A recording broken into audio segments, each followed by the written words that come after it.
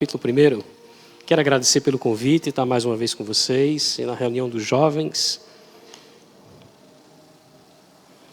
Parabenizar os jovens por essas reuniões, pelos temas, né, que vocês estão trabalhando aqui.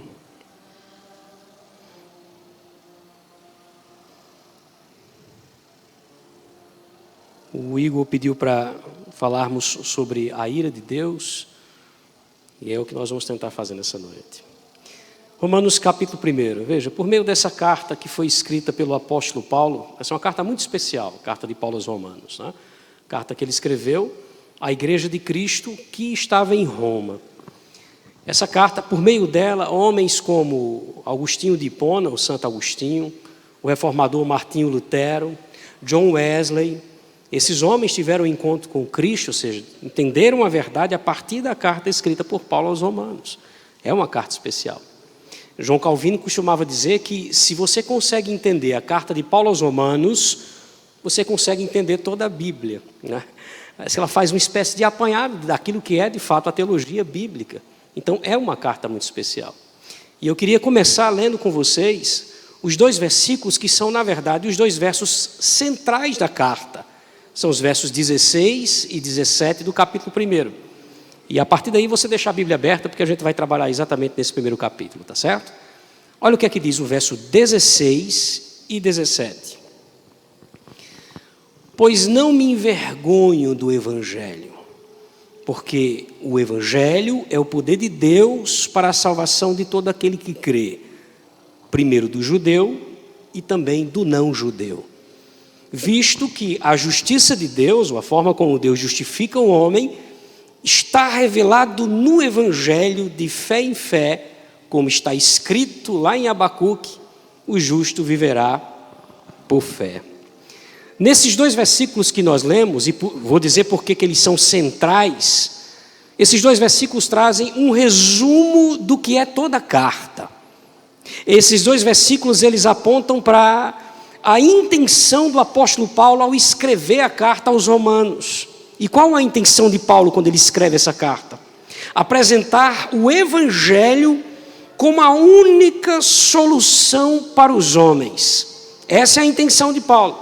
Ele vai falar sobre a justificação pela fé somente, que o homem é justificado, aceito por Deus, somente por causa da fé. E o Evangelho como sendo a única solução para os homens. Veja como é que ele inicia a sua fala no versículo 16. Eu quero que você fique bem atento, que a gente vai tentar trabalhar os versículos assim fracionadamente. Olha como ele inicia a sua fala. Pois eu não me envergonho do Evangelho. O que Paulo quer dizer com isso? O que ele quer dizer com essa afirmação? Eu não me envergonho do Evangelho. Veja, primeiro o que a gente precisa lembrar é que o apóstolo Paulo, em suas andanças missionárias, ele havia sido preso, perseguido, expulso de algumas cidades, maltratado em muitos momentos, zombado por pregar exatamente esse Evangelho, e por isso ele diz, olha, mas eu não me envergonho disso. Por outro lado, a gente precisa entender que o Evangelho, o seu conteúdo, apresenta para a gente um Senhor que sofre calado por amor ao seu povo, um Senhor que sofre calado por amor aos seus servos. O Evangelho apresenta um rei que morre crucificado por amor do seu povo. O que é muito estranho, por exemplo, para o judeu acostumado com a figura de heróis como Davi, que vem resgatar o seu povo como sendo estrategista militar, um soldado. E ao mesmo tempo é muito estranho também para os que não são judeus, como os gregos, por exemplo, que ele cita aqui, acostumados com sua mitologia e os seus fortes deuses mitológicos. Mas o Evangelho apresenta, vamos colocar assim, um herói que morre no final. Um herói que não luta, mas se dá para morrer pelos outros. Aí Paulo diz, mas eu não me envergonho do Evangelho. Eu não me envergonho do Evangelho. E é interessante, porque quando esse mesmo Paulo escreve para outra igreja, a igreja de Cristo na cidade de Corinto, ele diz exatamente isso. Ele fala do conteúdo desse Evangelho, quando escreve para Corinto, e fala das reações das pessoas a esse conteúdo. Por exemplo, ele vai dizer, lá em 1 Coríntios capítulo 1, verso 23, o seguinte, só escute. Nós pregamos a Cristo crucificado. Percebeu? Esse é o conteúdo do Evangelho. Qual é o conteúdo do Evangelho? Cristo crucificado. E quais são as reações a esse Evangelho? Aí Paulo diz: para os judeus é um escândalo, e para os não-judeus é uma loucura. Mas Paulo começa o verso 16 dizendo: mas eu não me envergonho do Evangelho. E por que Paulo não se envergonha do Evangelho? Olha novamente para o verso 16. Ele diz a razão: eu não me envergonho do Evangelho. Aí ele completa: porque o Evangelho é o poder de Deus para a salvação de todo aquele que crê. Em outras palavras, Paulo está dizendo, porque a mensagem do Evangelho é a forma como Deus manifesta o seu poder para salvar os homens. Eu não me envergonho do Evangelho, porque é por meio dessa mensagem, do conteúdo do Evangelho, que Deus manifesta o seu poder para a salvação dos homens. Mas aí cabe a pergunta: do que os homens precisam ser salvos, irmãos? Salvar os homens exatamente do quê? Qual é o grande problema do homem para que ele precise ser salvo? Veja como ele começa o verso 18, só o início. A ira de Deus. Esse é o grande problema da humanidade. Qual é o grande problema da humanidade, segundo o apóstolo Paulo? A ira de Deus. Deus está irado com os homens. E esse é o tema da nossa breve reflexão essa noite. Deus está irado com os homens. Vamos fazer a leitura do texto? Olhe para o seu texto. Ele diz o seguinte, a partir do verso 18 em diante, diz assim: a ira de Deus se revela do céu contra toda impiedade e perversão dos homens, porque eles detêm a verdade pela injustiça. Porque o que de Deus se pode conhecer, veja, é manifesto entre os homens. Isso porque Deus manifestou os seus atributos invisíveis, como o seu eterno poder e também a sua própria divindade, claramente se reconhece, olha, desde o princípio do mundo, sendo percebidos por meio das coisas que foram criadas. Por essa razão, todos os homens são indesculpáveis. Por quê? Verso 21. Porque tendo esse conhecimento de Deus, não o glorificaram como Deus e nem lhe agradeceram. Pelo contrário, se tornaram nulos em seus próprios raciocínios, obscurecendo-lhes o coração insensato. Olha que coisa, verso 22. Inculcando-se por sábios, na verdade eles se tornaram loucos. E qual o resultado dessa loucura? Verso 23. Terminando mudando a glória do Deus incorruptível em semelhança de imagem de homem corruptível, bem como de aves, quadrúpedes e répteis. E qual foi a resposta de Deus a essa ação do homem? Verso 24. Por essa razão, Deus entregou esses homens à imundícia, pelas concupiscências do seu próprio coração. Para quê? Para desonrarem o seu corpo entre si, pois eles mudaram a verdade de Deus em mentira, adorando e servindo a criatura em lugar do Criador, esse Criador que é bendito eternamente. Por causa disso, verso 26, Deus os entregou a paixões infames, porque até as mulheres mudaram o modo natural de suas relações íntimas por outro contrário à natureza. Da mesma forma, os homens também, deixando o contato natural da mulher, se inflamaram mutuamente em sua sensualidade, cometendo torpeza. Como assim? Homens com homens, e recebendo em si mesmos a merecida punição do seu erro. Por haverem desprezado o conhecimento de Deus, verso 28, o próprio Deus os entregou uma disposição mental reprovável para praticarem coisas inconvenientes. Que coisas inconvenientes são essas? Verso 29, estão cheios de toda a injustiça, malícia, avareza, maldade, possuídos de inveja, homicídios, contendas, engano, malignidade, são difamadores, caluniadores, aborrecidos de Deus, insolentes, soberbos, presunçosos, são inventores de males, desobedientes aos pais, insensatos, pérfidos. Os homens são sem afeição natural e sem misericórdia. E tem uma coisa, verso 32, conhecendo eles a sentença de Deus, de que são passíveis de morte, o que tais coisas praticam, não somente fazem essas coisas, como até mesmo aprovam aqueles que assim procedem. Dureza, hein? Vamos orar? Pedir que Deus trate conosco desse texto que é tão sério, irmãos, mas é especialmente importante para que a gente entenda o tamanho da graça de Deus sobre a nossa vida, ou do que Deus de fato nos livrou. Vamos orar? Santo Deus, esse é um momento especial para nós. Nós cantamos louvores ao Senhor, nós fizemos as nossas orações, ou seja, nos momentos anteriores, nós, pecadores, voltamos as nossas vozes a Ti, por meio da poesia, por meio da oração que revela a nossa carência de Ti. Mas por que essa hora é especial para nós? Porque é a hora em que nós, pecadores, nos calamos para ouvir o Deus Santo falar conosco. E certamente aquilo que falas a nós é mais importante do que aquilo que nós falamos a Ti. A verdade é que tudo aquilo que falamos anteriormente a Ti era preparando o nosso próprio coração para ouvir o Senhor falando a nós. Por essa razão pedimos, fala-nos, mas tão somente por meio da Tua palavra sendo compreendida essa noite. Em nome de Jesus. Amém. Primeira coisa que o apóstolo Paulo apresenta aí no versículo 18. Ele apresenta um problema. E qual é o problema segundo o texto? O problema é que Deus está agora, nesse momento em que nós estamos aqui reunidos, Deus está irado com os homens. Olha como ele abre o texto no verso 18.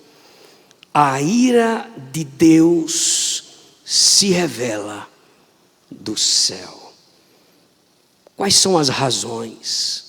Por que Deus está irado com os homens? A primeira razão é pelo que esses homens se tornaram. E o que foi que esses homens se tornaram que provocou essa ira de Deus? Olha o verso 18. A ira de Deus se revela do céu contra toda impiedade e perversão dos homens. Os homens se tornaram impiedosos e perversos. Essa é a realidade. É interessante, irmãos, porque essa descrição da humanidade é exatamente aquilo que Deus vê da humanidade. Por que isso é importante ser dito? Porque às vezes nós enxergamos os homens ou a humanidade com um olhar que não é bíblico. Eu queria que você adiantasse comigo para o capítulo 3 de Romanos. E você vai perceber comigo no texto que Paulo mais adiante vai descrever o diagnóstico humano diante de Deus. Como estão todos os homens diante de Deus? Capítulo 3, se você perceber acima do verso 9, essa perícope são esses pequenos trechos que são marcados por títulos ou pelos negritos iniciais das falas. Perceba que acima do verso 9 há um título para essa perícope, e o título, pelo menos que aqui na minha Bíblia, a Sociedade Bíblica deu, é a seguinte: todos os homens na condição de pecadores. Então perceba, a descrição que ele vai fazer a partir do verso 9 até o verso 18, que fecha a perícope, é a descrição do que Deus vê, ou da maneira como Deus vê a humanidade. Vamos ver conosco? Vamos olhar para o espelho? Não é coisa boa de ser feito não, mas é necessário. Verso 9 ele diz o seguinte: que se conclui. Ele estava falando de coisas anteriores e aqui ele está trazendo uma conclusão. Temos nós, e ele está se referindo aos judeus, qualquer vantagem em relação à salvação? Por ser judeu, por ter recebido a lei de Deus? Aí ele diz, não, de forma nenhuma. Pois já temos demonstrado, aqui ele fala dos seus argumentos anteriores, temos demonstrado que todos, e o que ele quer dizer com todos? Tanto judeus como não judeus. Como é que todos estão? Debaixo do pecado. A partir do verso 10, aliás, ele vai expor agora a figura humana. Ele vai dizer o seguinte: como está escrito, ele apela para o Antigo Testamento, ele vai falar do Salmo 14 aqui, não há justo, e para que você não tenha dúvida, nenhum sequer.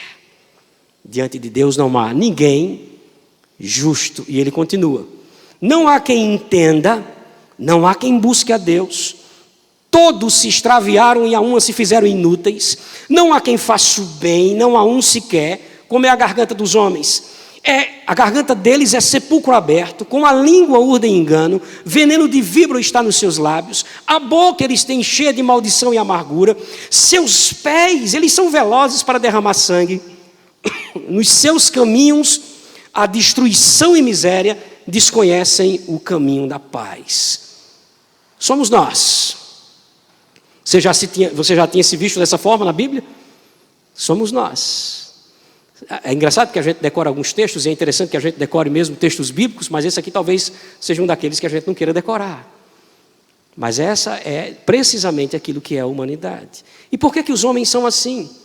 Verso 18, foi que eles perderam. Não há temor de Deus diante dos seus olhos. Foi que os homens perderam? Temor. E o que é temor? Temor é um misto de respeito reverente e medo. Você entende isso? Respeito reverente e medo. Os homens perderam o respeito a Deus, assim também como perderam o medo de Deus. E é por isso que eles se tornaram perversos, como diz lá no capítulo 1, e impiedosos. Volta para lá. Capítulo 1. Então, qual a primeira razão dessa ira de Deus? É exatamente por aquilo que os homens se tornaram, impiedosos e perversos. A segunda razão, que é uma consequência direta dessa impiedade e perversão dos homens, é aquilo que eles fazem, ou aquilo que eles fizeram. Foi que esses homens fizeram e fazem. O próprio texto vai dizer, veja novamente, verso 18.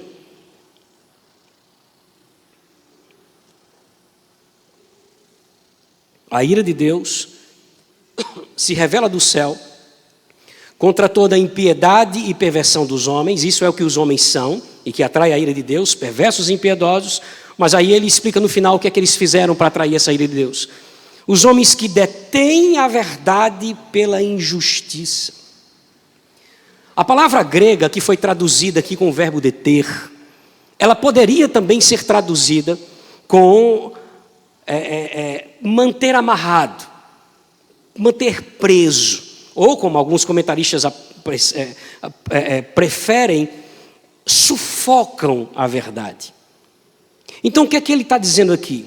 É que a verdade, ela estava livre, mas os homens impiedosos e perversos deteram a verdade, prenderam, amarraram a verdade, sufocaram a verdade. É como se tivessem colocado a verdade dentro de uma cela, distante dos homens, distante deles. A verdade estava aberta para eles, mas eles sufocaram, prenderam essa verdade. E que verdade é essa? De que verdade Paulo está falando aqui que esses homens prenderam? Qual é essa verdade? A verdade a respeito de Deus. Olha o que é que ele diz no verso 19. Porquanto o que de Deus se pode conhecer, veja, essa é a verdade. O conhecimento a respeito de Deus, o que de Deus se pode conhecer, como diz o texto aqui. E você vai perceber que Paulo vai dizer, essa verdade a respeito de Deus, esse conhecimento de Deus, estava exposto, estava livre diante dos homens, estava manifesta diante dos homens. Olha o que é que ele diz no final do verso. Porque o que de Deus se pode conhecer é manifesto entre eles. Percebe? A verdade, e aqui eu estou personificando a verdade para que você a entenda no texto, a verdade estava livre. Os homens topavam com essa verdade. Ela está aí diante de todos os homens. E quem foi que colocou essa verdade aí para os homens? O próprio Deus. Veja o finalzinho do verso.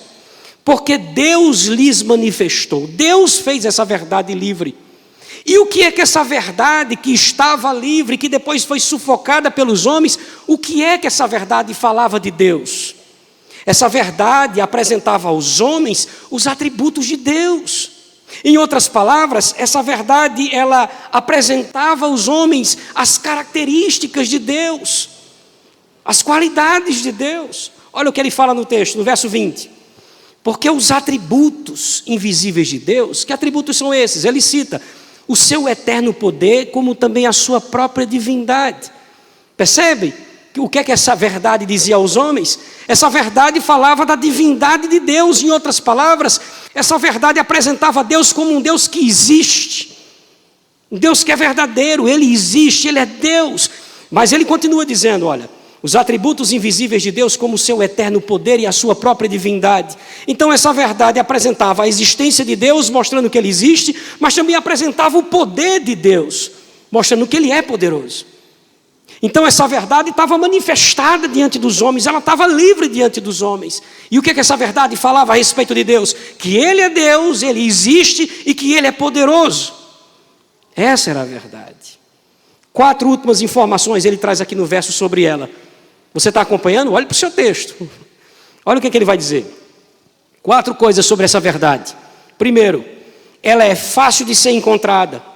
Porque ele diz o seguinte: porque os atributos invisíveis de Deus, como o seu eterno poder e também a sua própria divindade, olha agora, claramente se reconhecem. É difícil você encontrar, não. É uma verdade que estava clara aos homens, está clara aos homens. A outra coisa a respeito dessa verdade é quanto ao tempo, nunca ela foi escondida dos homens. Ele completa dizendo, desde o princípio do mundo. Está notando aí no texto? Claramente se reconhece desde quando? Desde o princípio do mundo que essa verdade está manifesta aos homens.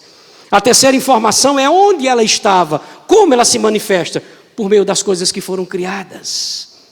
Por meio da criação de Deus. Olha o texto. Sendo percebidos por meio das coisas que foram criadas. Então veja, ela é fácil de ser encontrada, claramente se reconhece. Ela nunca foi escondida dos homens. Desde o princípio do mundo essa verdade está aí solta. Terceiro, ela se encontra na criação. Essa verdade é percebida por meio das coisas que foram criadas. E quarto, por causa dela os homens são indesculpáveis. Não é assim que ele fecha o verso? Olha o que ele diz. Tais homens são, por isso, indesculpáveis. O que é que Paulo está dizendo? Não há desculpas para que esses homens não se tornem adoradores de Deus. Não há desculpa para que esses homens não se tornem gratos a Deus. Afinal de contas, como alguém pode olhar para uma pintura e não reconhecer que há um pintor por trás dela? Como é que alguém pode olhar para algo racional e não entender que há uma mente pensante por trás?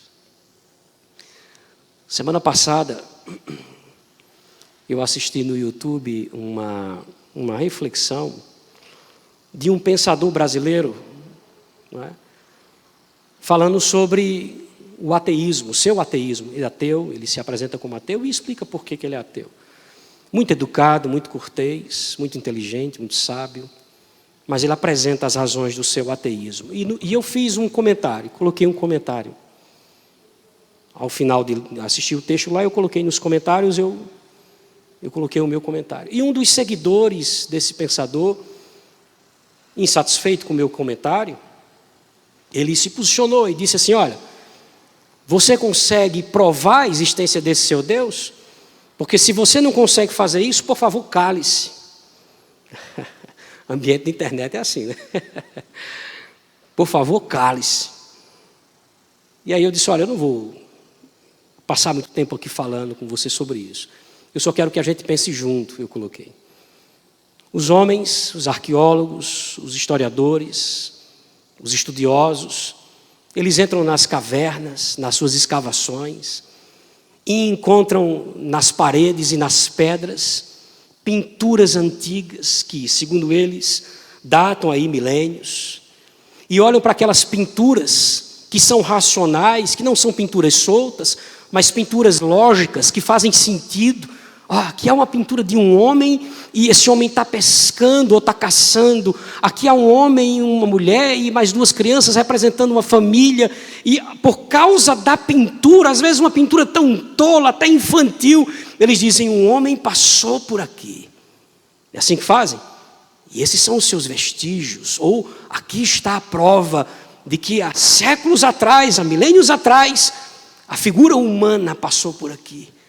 E se você se aproxima dele, ele diz, mas doutor, como é que se prova isso? Pela pintura racional. Olha, os traços é de alguém que pinta. A não ser que você acredite que um calango tem a capacidade de pintar isso numa pedra, né? Obviamente é alguém que pensou, que tem racionalidade, que compreende o que está fazendo aqui. Mas o homem não está mais aqui. Pois é, mas ele deixou a prova de sua existência. Tudo isso eu escrevi no meu comentário. Mas, poxa vida, eu acredito que o homem passou por ali por causa desses traços até infantis nas paredes. E não consigo acreditar na existência de um Deus sábio sobre todas as coisas, que fez inclusive o homem que aquilo pintou, só porque eu não vejo ele ali. Como você não consegue ver mais o autor daquelas pinturas no lugar, não faz sentido. Você precisa de mais fé para dizer que que esse Deus não existe. Porque é tão ilógico quanto alguém que olha para aquela pintura e diz assim, não, doutor, isso foi um homem, não, isso pode ter sido uma cutia, uma cobra. Peraí, que pintou um homem caçando? Você vai dizer assim, não faz sentido. Pois é, não faz sentido negar a existência de Deus diante de uma prova cabal, que é a própria criação. Então perceba, como alguém pode olhar para uma pintura e não reconhecer que houve um pintor? Como é que o homem pode chegar a essa conclusão absurda da não existência de Deus? Só é você não esquecer o que Paulo nos disse de informação no verso que a gente iniciou, no verso 18. Foi que os homens fizeram, irmãos, com a verdade a respeito de Deus. Eles prenderam a verdade, não foi isso que disse o texto? Eles deteram a verdade, eles amarraram a verdade, eles ignoraram a verdade de Deus. E qual foi o resultado disso? Versículo 21, vejam.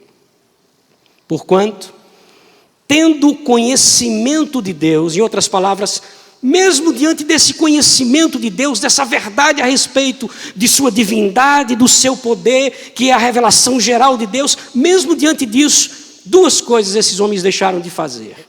E aqui você vai entender já porque isso provoca a ira de Deus. Duas coisas eles deixaram de fazer. A primeira delas, não o glorificaram como Deus, mesmo diante dessa verdade. Tendo conhecimento de Deus, não glorificaram como Deus. Em outras palavras, não reconheceram o pintor da obra. Eles não aplaudiram, eles não adoraram. Era lógico que ele chegasse a essa conclusão. Ora, se existe um Deus que criou todas as coisas e eu estou incluso nisso, ele tem que ser o alvo da minha adoração. Mas eles não glorificaram a Deus. E pior que isso, ou melhor, como consequência disso, também não fizeram o quê? Não lhe deram graças. É lógico isso. Não é? Se eles não reconheceram o pintor, se eles não reconheceram o Criador, se não adoraram o Criador, também não lhes são gratos. O que é um absurdo, não é? Esse Criador deveria ser o alvo da nossa eterna gratidão e da nossa eterna devoção. Mas o texto diz, ao invés disso, os homens nem lhe deram glória e nem lhe deram graça. E não lhe deram graça. E por rejeitar essa verdade a respeito de Deus, veja no que os homens se tornaram. Olha o resto do texto, o que é que diz. Antes, ou pelo contrário, ou seja, ao invés de glorificarem a Deus e dar graças a Deus pelo conhecimento que Deus lhes deu, por meio da criação, eles se tornaram nulos aonde? Em seus próprios raciocínios, obscurecendo-lhes o coração insensato. A insensatez tomou conta da alma humana. E a loucura foi o caminho dos homens. Olha o verso 22 como é intrigante, irmãos. Inculcando-se por sábios. Isso aqui é o mais triste, né? Mesmo diante da verdade de Deus, negando tudo isso, eles se acham sábios, quando na verdade se tornaram loucos. Vocês são loucos. O que de Deus se pode conhecer está aí, manifesto entre os homens. Desde quando? Desde o princípio do mundo, sendo reconhecido pelas coisas que Ele fez. Os homens são indesculpáveis.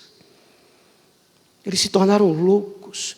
Ou negaram a existência do pintor, mesmo diante da pintura. Triste isso, né? Como ateu. Nega a existência do pintor, mesmo diante da pintura. Ou fizeram isso, ou cometeram a demência de dizer que a pintura pintou a si mesmo.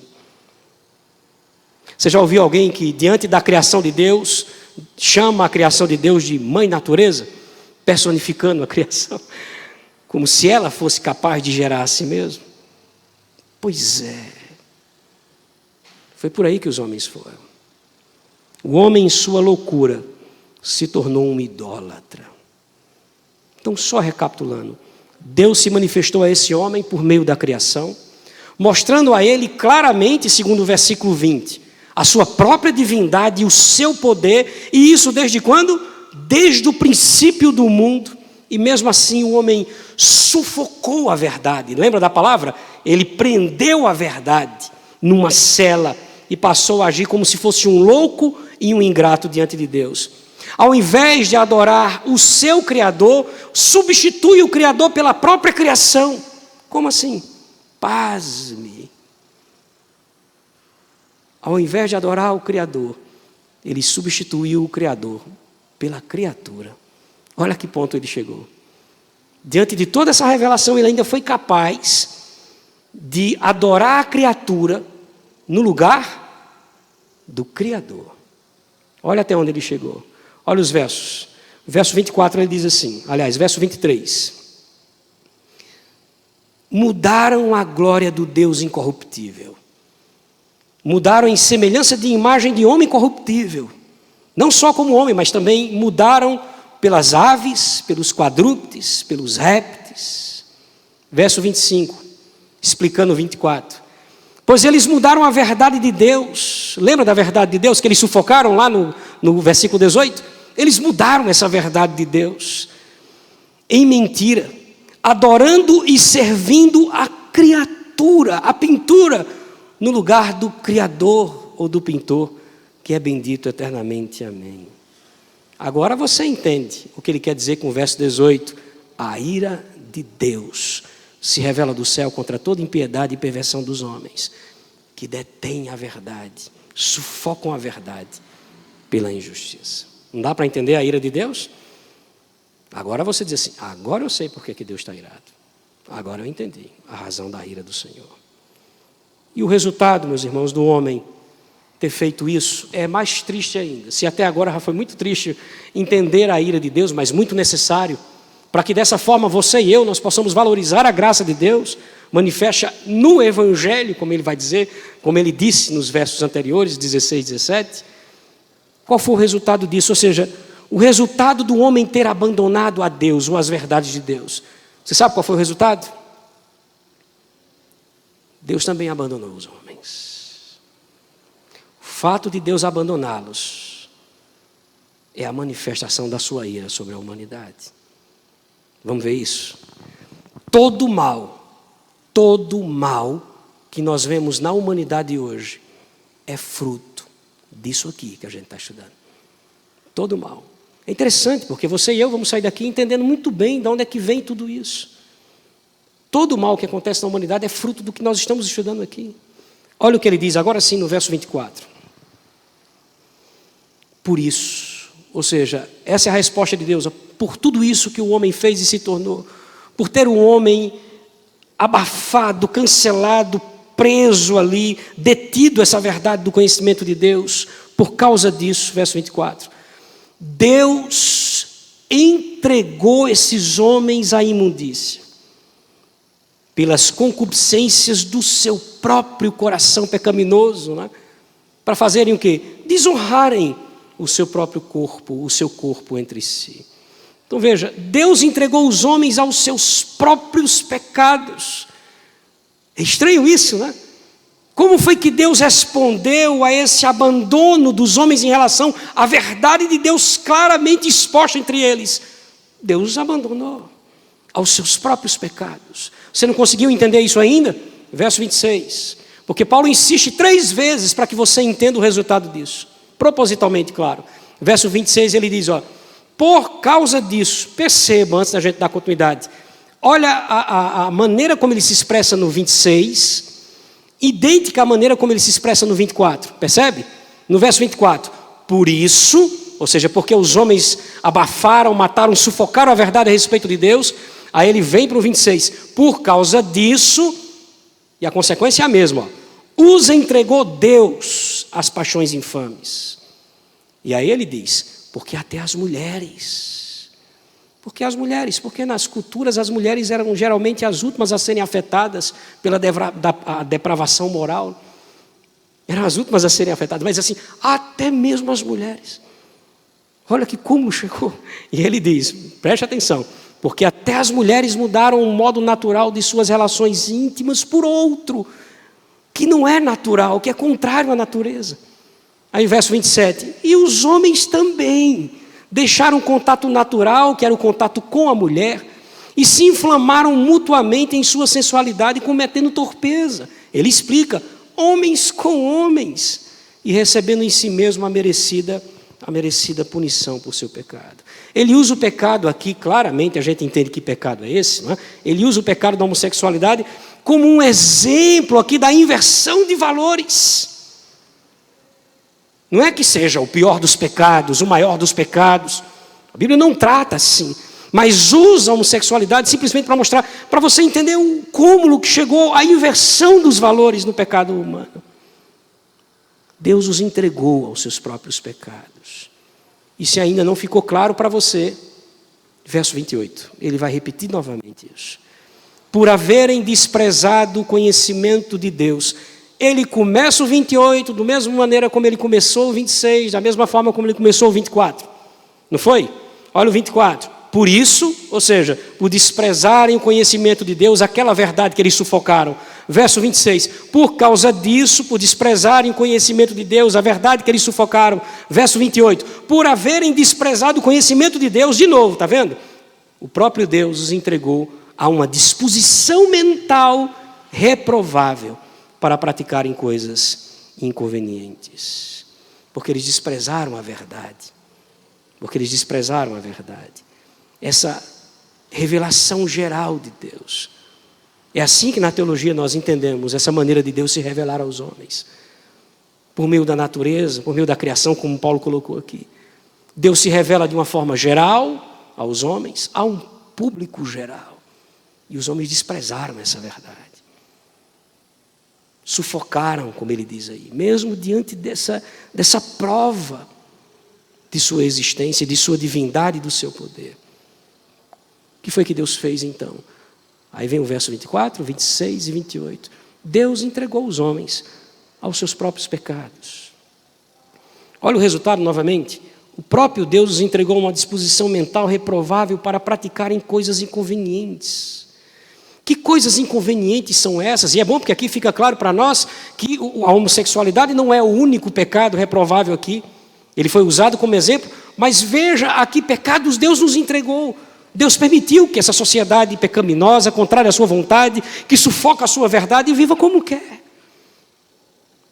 Olha o que é que vai dizer os versos 29 em diante. Aqui é uma descrição do que é a sociedade, como resposta de Deus. Cheios de toda injustiça, malícia, avareza, maldade. Assim são os homens, possuídos de inveja, homicídio, contenda, podíamos botar guerra aqui, não é? Dolo, engano, malignidade. Esses homens se tornaram difamadores, caluniadores, aborrecidos de Deus, insolentes, soberbos, presunçosos, inventores de males, desobedientes aos pais, insensatos, pérfidos, sem afeição natural e sem misericórdia. Todo o sofrimento humano está descrito nesses versos que nós acabamos de ler. E tudo isso acontece porque Deus entregou os homens aos seus próprios pecados, como manifestação da sua ira. Lembra do verso 18? Como foi que ele começou o verso 18? A ira de Deus se revela do céu. Como, pastor? Deus entregou os homens aos seus próprios pecados. Precisa de castigo maior que esse, irmãos? Todos os males que nós passamos hoje como sociedade, nós enfrentamos, nós sentimos, é em decorrência dos nossos pecados. Deus entregou os homens, então, perceba, não apenas aos seus próprios pecados, mas às consequências que esses pecados trazem à vida dos homens, ao resultado disso. Agora, sabe o que é mais impressionante e mais triste disso tudo? O mais impressionante e mais triste disso tudo é saber que mesmo diante de todo esse sofrimento, em nenhum momento o homem vai olhar para Deus. Em nenhum momento ele vai largar os seus pecados. Em nenhum momento ele vai se arrepender desses erros. Olha o último verso, que fecha a porta desse texto, quando ele diz: ora, conhecendo eles a sentença de Deus, de que são passíveis de morte o que tais coisas praticam, o que é que eles fazem? Não somente fazem, mas também aprovam os que assim procedem. É triste esse texto, né? É muito triste. Mas é a descrição do que é a humanidade sem Deus. Queridos, o grande problema da humanidade é exatamente esse. É que Deus está irado com o homem. Irado com o homem. E Deus, em sua ira, age não agindo. Na sua ira, Deus age não agindo. Você viu aqui que por 3 vezes, Deus, diz o texto, que Deus os entregou os seus próprios pecados. Por 3 vezes. Ora, se isso não é para nos chamar a atenção sobre a maneira como Deus revela a sua ira, lá do verso 18. Os entregou aos seus próprios pecados. Verso 24. Por isso Deus entregou os seus próprios pecados. Verso 26. Por isso Deus entregou os seus próprios pecados. Verso 28. Isso não quer dizer o fato de que Deus age não agindo. Isso não quer dizer que pequenos julgamentos de Deus não estejam acontecendo. Muito pelo contrário. A própria morte física é uma sentença divina. Você está entendendo? Ainda que Deus tenha entregue esses homens aos seus próprios pecados, isso não quer dizer que Deus não esteja punindo os homens de uma outra maneira. A morte, a própria morte, a própria decrepitude humana é exatamente uma prova disso. É uma sentença de Deus sobre nós. Mas o que tem que ser entendido por nós aqui é que o pior para os homens pecadores ainda está guardado por Deus. E o verso 32, que é o verso que fecha a perícope, dá o tom dessa verdade. Veja mais uma vez, quando ele diz assim: ora, conhecendo eles a sentença de Deus, de que são passíveis de morte, o que tais coisas praticam. Você sabe como é que o profeta Isaías chama o dia da volta de Cristo, quando Deus, por meio de Cristo, julgará os homens, todos os homens? Sabe como é que o profeta chama esse dia? O dia da vingança do nosso Deus. Dá para imaginar esse Deus irado com os homens, punindo os homens definitivamente? Não dá para imaginar o que é isso. Porque o que nós temos, e aqui eu estou pensando até escatologicamente, tendo uma visão do próprio texto de Apocalipse, o que nós temos são centelhas daquilo que vai acontecer naquele dia. Todos os desastres naturais, catástrofes naturais, todas as coisas que acontecem, todas as ingerências, inclusive do mundo espiritual, negativamente falando, tudo isso são apenas centelhas do que vai acontecer de uma vez por todas no dia da volta de Cristo. Centelhas. Quando a Bíblia vai falar em Apocalipse sobre os castigos pontuais de Deus a essa humanidade, até chegar ao último castigo final, ele sempre fala em 1/3 apenas que morre, e não todos. E não todos. É o salário do pecado. Qual é o salário do pecado? A morte. E quem pecou? Todos pecaram. Então o que todos merecem? Ninguém gosta de dizer isso, né? Mas ouça o raciocínio. Se o salário do pecado é a morte, e a palavra do Senhor vai dizer, o próprio Paulo em Romanos, que todos pecaram, estão destituídos da glória de Deus, o que todos merecem? Morte. Então a pergunta diante, por exemplo, de catástrofes naturais, como tsunamis, como isso e aquilo, não é porque que Deus permitiu que essas pessoas, todas essas pessoas morressem. 200 mil pessoas de uma vez só, 250 mil pessoas num tsunami, porque tanta gente morreu. Essa pergunta não é justa aos olhos de Deus. Sabe qual é a pergunta justa? Porque só estes morreram. Porque não toda a humanidade, já que o salário do pecado é a morte, e todos pecaram. O problema da humanidade é que Deus está irado com o homem. Deus está irado com o homem. Perceba, meus irmãos, não podemos esconder a ira de Deus dos homens. O grande problema humano não é o pecado em si, mas sim o que esse pecado promove na nossa relação com Deus. Entendeu isso? Não é o pecado em si, mas o que o pecado nos leva a ter de reação de Deus contra nós. Então, a missão da Igreja de Cristo, por exemplo, não é tentar consertar moralmente os homens. Não é tentar consertar moralmente os homens. Essa, inclusive, é a cantilena de toda religião. Toda religião busca fazer um homem um ser melhor. O cristianismo não. Não. O nosso papel é mostrar o perigo em que os homens estão vivendo. E como é que os homens estão vivendo? Como é que a humanidade está vivendo? Debaixo da ira de Deus. Essa é a missão da igreja. Essa é a missão da igreja. E muitas vezes, até mesmo o nosso evangelismo, ele esconde, omite essa informação dos homens. Já viu médico ruim? Já se consultou com um médico que não olha para você enquanto você está na consulta ali?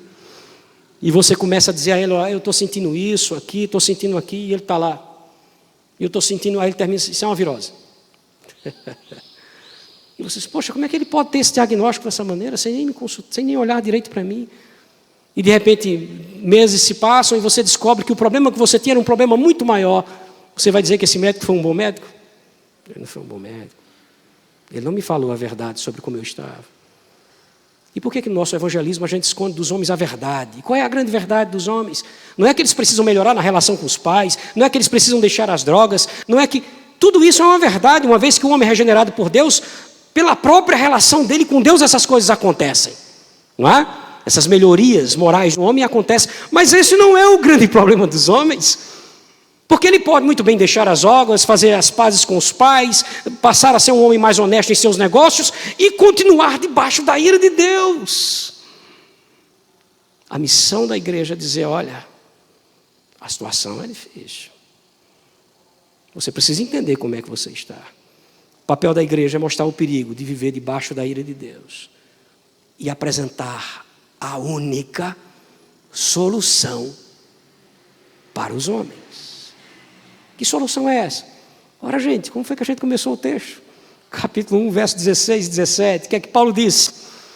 Eu não me envergonho do Evangelho. Por que, Paulo? E agora você vai entender o que ele quer dizer quando diz salvar os homens. Porque ele é o poder de Deus para a salvação de todo aquele que crê. Do que os homens precisam ser salvos? Da ira de Deus. Ou como disse um jovem ontem, quando eu fiz essa pergunta a ele, sabiamente, do que os homens precisam ser salvos? Do próprio Deus. Por meio do Evangelho, Deus nos salva dele mesmo, da sua própria ira. E por isso Paulo diz, não me envergonho da mensagem do Evangelho, do Cristo crucificado. Que essa é a proposta de Deus para a salvação dos homens. Perceba, não me envergonho do Evangelho, porque é o poder de Deus para a salvação de todo aquele que crê. Independente de ser judeu ou gentil ou não judeu. Aí no verso 17, visto que a justiça de Deus, a forma como Deus justifica o homem, a forma como Deus aceita o homem de volta, a forma como Deus perdoa o pecador, a forma como essa ira de Deus é aplacada, se revela no Evangelho. Então, sem o Evangelho, como o homem vai permanecer? Debaixo da ira de Deus. Você já foi salvo em Cristo Jesus? Não precisa você me responder. Deus já abriu seus olhos para a verdade. Você já creu na mensagem do Evangelho que apresenta Cristo como sendo Filho de Deus que encarnou, veio morar entre nós, viveu a vida justa que eu não consegui viver, morreu a morte na cruz que eu não conseguiria morrer, mas que eu merecia morrer. E segundo as Escrituras, se eu consigo colocar nele ou no seu sacrifício toda a minha confiança, eu sou salvo. É assim que você já vive? Então veja, você não está mais debaixo da ira de Deus. Você não está mais debaixo da ira de Deus. Mas pense nos seus parentes, nos seus amigos, nos seus vizinhos, nos seus colegas de faculdade, nos seus colegas de escola. Eles precisam saber disso urgentemente, não precisam? Precisam saber da verdade. Essa cantilena apenas de que, olha, Jesus te ama. Você não está sendo honesto com ele. Você não está sendo honesto. Como um mau médico, né? Você precisa dizer, olha, eu preciso dizer primeiro o que está acontecendo. A sua situação diante de Deus. E depois disso, apresentar a solução. Ou por que você acha que essa mensagem é chamada de Evangelho? O que significa Evangelho? Boa notícia. Que vem depois da má notícia. Qual é a má notícia? A ira de Deus está sobre os homens. Qual é a boa notícia? O Evangelho é o poder de Deus para a salvação de todo aquele que crê. Amém? Feche seus olhos, baixe sua cabeça por um instante apenas. Pense sobre a sua vida, se isso já aconteceu com você. Talvez você não tivesse assim uma noção, ou talvez você não estivesse lembrando agora do escape de Deus quando Ele salvou a sua vida. Do que foi que Deus lhe salvou de verdade. Agora você sabe. Agora você sabe o tamanho da sua salvação. E agora você entende, eu também, como nós devemos ser gratos a esse Deus com a nossa própria vida, não é? Até constrangidos a gente fica, poxa, eu não posso errar com esse Deus, olha do que Ele me salvou, olha de como nós estávamos. Então pense em você, tem vivido de maneira que revele essa gratidão e esse reconhecimento a Deus? Vamos orar? Santo Deus, Tua palavra é luz para o nosso caminho, ela ilumina a nossa mente, ela é muito clara para nós como água, Pai. Como é bom poder entendê-la e ao mesmo tempo é assustador entender do que nós fomos salvos. E é assustador também para nós entender em que situação os homens estão por causa dos seus pecados. A ira de Deus. Querido Deus, quando nós olhamos para nós mesmos e entendemos que não há nada em nós que nos diferencie dos demais, percebemos o tamanho da Tua graça sobre nós, abrindo os nossos olhos para essa verdade e fazendo-nos, ó Deus, milagrosamente crer na mensagem do Evangelho, recebendo do Teu Espírito isso que é um dom, o dom da fé. E aí nós entendemos, ó Deus, que não há absolutamente nada que possa vir à nossa mente nesse instante que se compare à grandeza da Tua salvação. Independente, ó Deus, das circunstâncias que possam sobrevir à nossa vida, nós hoje, essa noite, fomos lembrados por Ti, de que o maior presente que o Senhor pode conceder aos homens, o Senhor já nos concedeu. Ao mesmo tempo, pedimos a Ti que o Senhor nos conceda graça e ousadia e sinceridade para dizer aos homens a respeito da Tua ira, para falar aos homens a respeito da situação em que a humanidade se encontra sem o Evangelho. Nos ajuda em nome de Jesus, ó Deus, a ter essa ousadia, essa intrepidez, essa facilidade de falar do Teu Evangelho para pessoas que o Senhor mesmo colocou em nosso caminho, parentes nossos que convivem conosco, vivendo todo esse risco de a qualquer momento deixarem essa vida e experimentarem da pior de todas as dores, que é a morte eterna longe de Ti, de pessoas que cruzam o nosso caminho e muitas delas, todas elas certamente colocadas pelo Senhor. Ó Deus, nos faz arautos dessa verdade, Pai. Nos faz arautos dessa verdade que muitas vezes nos torna alvos da zombaria daqueles que não Te conhecem, mas nós queremos, como Paulo, dizer, nós não nos envergonhamos do Evangelho. Ele é o poder de Deus para a salvação de todo aquele que crê. Recebe nossa gratidão por tudo que ouvimos aqui. Recebe a nossa petição, ó Deus, a nossa oração. Em nome de Jesus.